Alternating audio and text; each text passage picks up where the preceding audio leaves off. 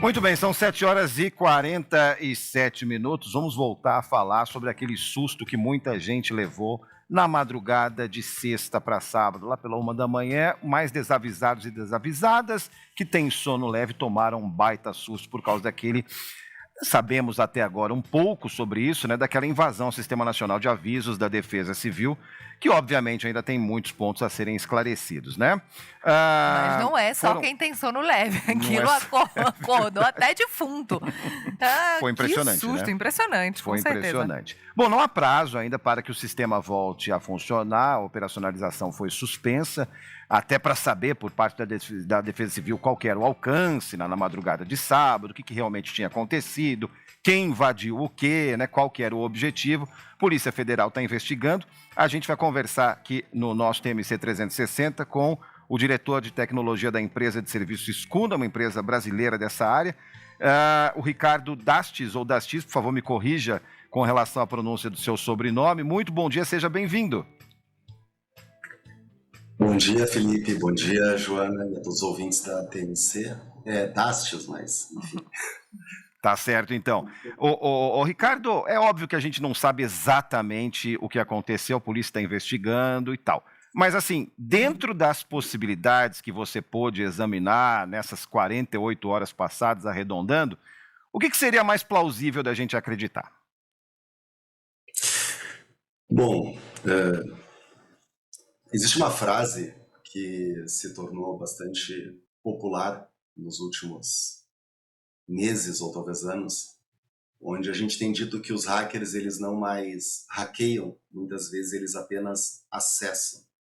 E o mais provável, nesse caso do alerta da Defesa Civil, é que o atacante, de fato, ele tenha se valido de credenciais, ou seja, usuários e senhas vazadas, com acesso prévio à plataforma do Ministério da Integração e Desenvolvimento Regional, que no caso é a interface de divulgação de alertas públicos, o IDAP, né, que gera os alertas da Defesa Civil, através de usuários e senhas de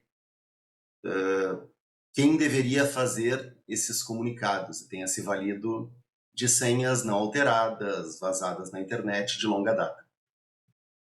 Tá, não hackearam naquela forma do imaginário comum, imaginário das pessoas, que é decifrar códigos e tal, não, só acessaram pela facilidade do sistema. Isso nos coloca para pensar um pouco justamente sobre a facilidade dos sistemas do governo, de forma geral. Estamos falando da Defesa Civil, é algo que é usado especificamente para situações de alerta, mas nós temos outros serviços, nós temos outros portais, muitos outros acessos do governo que podem também ser hackeados. Só que uma ponderação difícil mesmo é entrar no GovBR. Se você perde a sua senha, você fica sem ela, não consegue nunca mais. Agora, essa daqui foi bem mais fácil de ser acessada.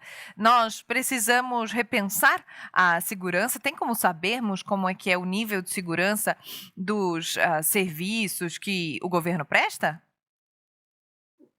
Então, Joana, é uma ótima pergunta. Na verdade, existe uma incongruência óbvia, né, nessa situação. Estamos falando de um Ministério da Defesa, né, um serviço de defesa, que pressupõe que traga segurança ou traga confiança para a população de uma forma geral. E você fez uma comparação, acho uma comparação muito válida, com o Gov, que é uma plataforma considerada bastante segura e, ao mesmo tempo, as pessoas elas têm um bocado de críticas e dificuldades, até pela fricção que isso gera a todos nós no momento em que precisamos utilizar a plataforma. E como poderia, nesse caso, ser tão simples o acesso apenas com usuário e senha, e, ao que tudo indica, pior ainda, com usuários e senhas vazados e que não eram alterados de longa data. O cenário aqui de reflexão, eu acho que é o seguinte: nós próprios, quando utilizamos qualquer tipo de serviço público, até as nossas redes sociais, o Instagram, por exemplo, ou o LinkedIn, ou uma conta de e-mail, hoje é considerada segurança básica na verdade, segurança mínima, a utilização do tal do MFA ou 2FA, que são os múltiplos fatores de autenticação, mais de um fator de autenticação, e por isso mesmo nós próprios, em serviços disponíveis para a pessoa física, utilizamos além de usuário e senha aqueles códigos que são enviados para o celular, por SMS, por e-mail, por WhatsApp.